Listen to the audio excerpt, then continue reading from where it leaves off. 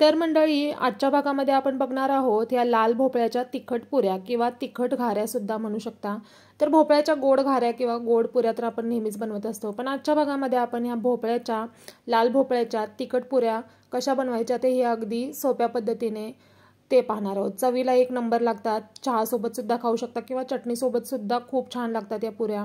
चला तर मग ही रेसिपी आपण कशी बनवायची ते पाहणारच आहोत, पण त्याआधी माझ्या चॅनलला तुम्ही अजून सुद्धा सबस्क्राइब केलेलं नसेल तर माझ्या चॅनल समोरील बेल आयकॉन दाबा आणि पटकन माझ्या चॅनलला सबस्क्राइब करून घ्या। चला मग या लाल भोपळ्याच्या तिखट पुऱ्या कशा बनवायच्या आपण ते पाहूयात। तर या लाल भोपळ्याच्या तिखट पुऱ्या बनवण्यासाठी इथे मी भोपळ्याचे असे 3 काप कुकरमध्ये एक शिटी काढून वाफवून घेतलेले आहेत, म्हणजे उकडून घेतलेले आहेत। पाहू शकता छान मौसर असा आपला भोपळा शिजलेला आहे, किंवा तुम्ही स्टीमर मध्ये सुद्धा एक 10-15 मिनिटं हे भोपळा उकडून घेऊ शकता। त्याच्यानंतर एक बाउल घेतलेला आहे। आता इथे मी गव्हाचं पीठ आणि मैदा सुद्धा वापरलेला आहे। तुम्ही फक्त गव्हाचं पीठ सुद्धा वापरू शकता, पण मी इथं थोडा मैदा सुद्धा वापरलेला आहे। तर इथं 1 कप मैदा आणि 1-1.5 कप होईल इतकं गव्हाचं पीठ मी घेतलेलं आहे। आता हे चाळणीनं आपल्याला चाळून घ्यायचं आहे। तर मैदा तुम्हाला जर घालायचा नसेल तर तुम्ही फक्त गव्हाचं पीठ सुद्धा वापरू शकता। आता मैदा पूर्णपणे ऑप्शनल आहे बरं का। आता हे पीठ आपल्याला चाळून घ्यायचं आहे। त्याच्यानंतर ह्याच्यामध्ये आपल्याला रवा टाकायचा आहे। तर एक 2 ते 3 चमचे मी ह्याच्यामध्ये रवा टाकलेला आहे, भाजलेला वगैरे नाहीये, कच्चा रवा मी एक 2 ते 3 चमचे टाकलेला आहे। त्याच्यानंतर आता याच्यामध्ये आपण जो भोपळा उकडून घेतलेला आहे तो टाकायचा आहे। तुम्ही किसवून सुद्धा घेऊ शकता, पण भोपळा जर व्यवस्थित उकडलेला असेल तर भोपळा किसवायची सुद्धा गरज नाहीये। तर अशा प्रकारे भोपळ्याच्या साली काढून हा भोपळा मी डायरेक्टच्या पिठामध्ये टाकणार आहे आणि नंतर पीठ मळताना आपण ह्याला कुस्करून घेणार आहोत। तुम्हाला जर किसवायचा असेल तर तुम्ही किसवून सुद्धा टाकू शकता, पण भोपळा छान व्यवस्थित उकडलेला होता त्याच्यामुळे मी किसवलेला नाहीये, डायरेक्ट साल काढून त्याच्यामध्ये पिठामध्ये टाकलेला आहे।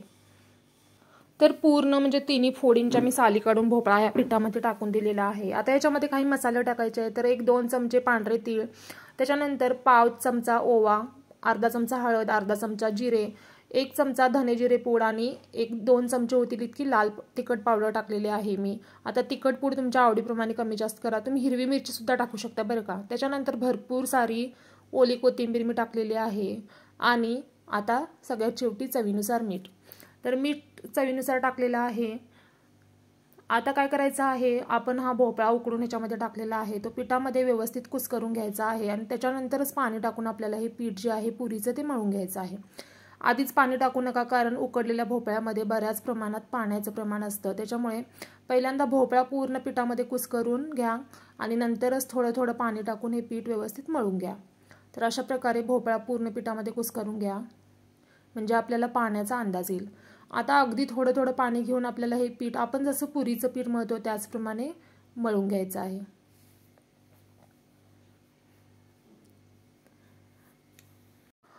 तर थोडं थोडं पाणी टाकून मी इथं पीठ मळून घेतलेलं आहे। मी मळताना तेलाचा 1 थेंब सुद्धा वापरलेला नाहीये, पण पीठ मळून झाल्यानंतर एक अर्धा चमचा होईल इतकं तेल पिठावरती टाकायचं आहे आणि वरून पूर्ण पिठाला हे तेल पसरून घ्यायचं आहे आणि एक झाकण ठेवून एक 10 ते 15 मिनिटं हे पीठ आपल्याला मुरण्यासाठी ठेवून द्यायचं आहे। तर एक 10 ते 15 मिनिटं पीठ मी मुरून घेतलेलं आहे। तर पीठ मुरण्यासाठी नक्की ठेवा, कारण त्याच्यात आपण रवा टाकलेला आहे, तो रवा फुगला तरच आपल्या पुऱ्या छान खुसखुशीत अशा होतात। आता आपल्याला पुरी जेवढ्या आकाराची लहान मोठी लाटायची असेल त्या आकाराचे आपल्याला गोळे करून घ्यायचे आहेत। तर इथं मी लिंबू आकाराचे गोळे करून घेऊन त्याच्या पुऱ्या लाटणार आहे। तर गोळे करून घेतल्यानंतर इथं थोडी थोडी गव्हाची कणिक लावून मी या पुऱ्या लाटून घेणार आहे। आपण जसं नेहमीच्या पुऱ्या लाटतो त्याचप्रमाणे थोड्या जाडसर अशा आपल्याला पुऱ्या लाटून घ्यायच्या आहेत। तर तुम्ही एकदम एक 5-6 पुऱ्या लाटून त्यानंतर तळू शकता किंवा एक लाटून सुद्धा तळू शकता। तर इथे मी एक 2-4 पुऱ्या अशा प्रकारे लाटून एकदम तळणार आहे। तर अगदी सहजपणे लाटतात, पोळपाटला वगैरे अजिबात चिकटत नाही। तर थोडी थोडी कणिक लावून तुम्ही या पुऱ्या तुम्ही अशा प्रकारे लाटू शकता। तुम्ही पीठ न लावता फक्त तेलावरती सुद्धा लाटू शकता, जसं तुम्हाला सोपं वाटेल त्या पद्धतीने तुम्ही या पुऱ्या लाटून घ्या। तर पुऱ्या मी लाटलेल्या आहेत। आता आपल्याला कडकडीत गरम तेलामध्ये पुऱ्या तळायच्या आहेत। तर पुऱ्या तळताना तेल आपलं कडकडीत गरम व्हायला हवं, तरच आपल्या छान पुऱ्या टम्म अशा फुगतात।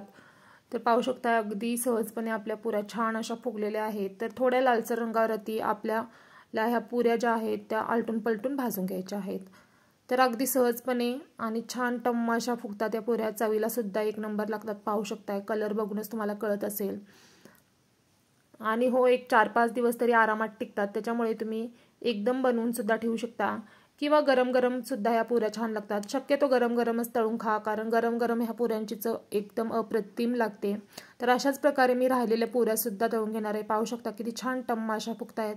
चला तर मग पटकन या लाल भोपळ्याच्या तिखट पुऱ्या नक्की ट्राय करा, तुमच्या घरी नक्कीच आवडतील आणि तुम्हाला सुद्धा आवडतील। आणि हो, कमेंट्समध्ये सुद्धा कळवायला विसरू नका बरं का कशा झालेल्या होत्या।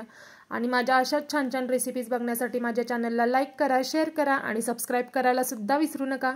चला तर मग पुन्हा भेटूयात एका नवीन रेसिपीसह एका नवीन एपिसोडमध्ये। तोपर्यंत धन्यवाद।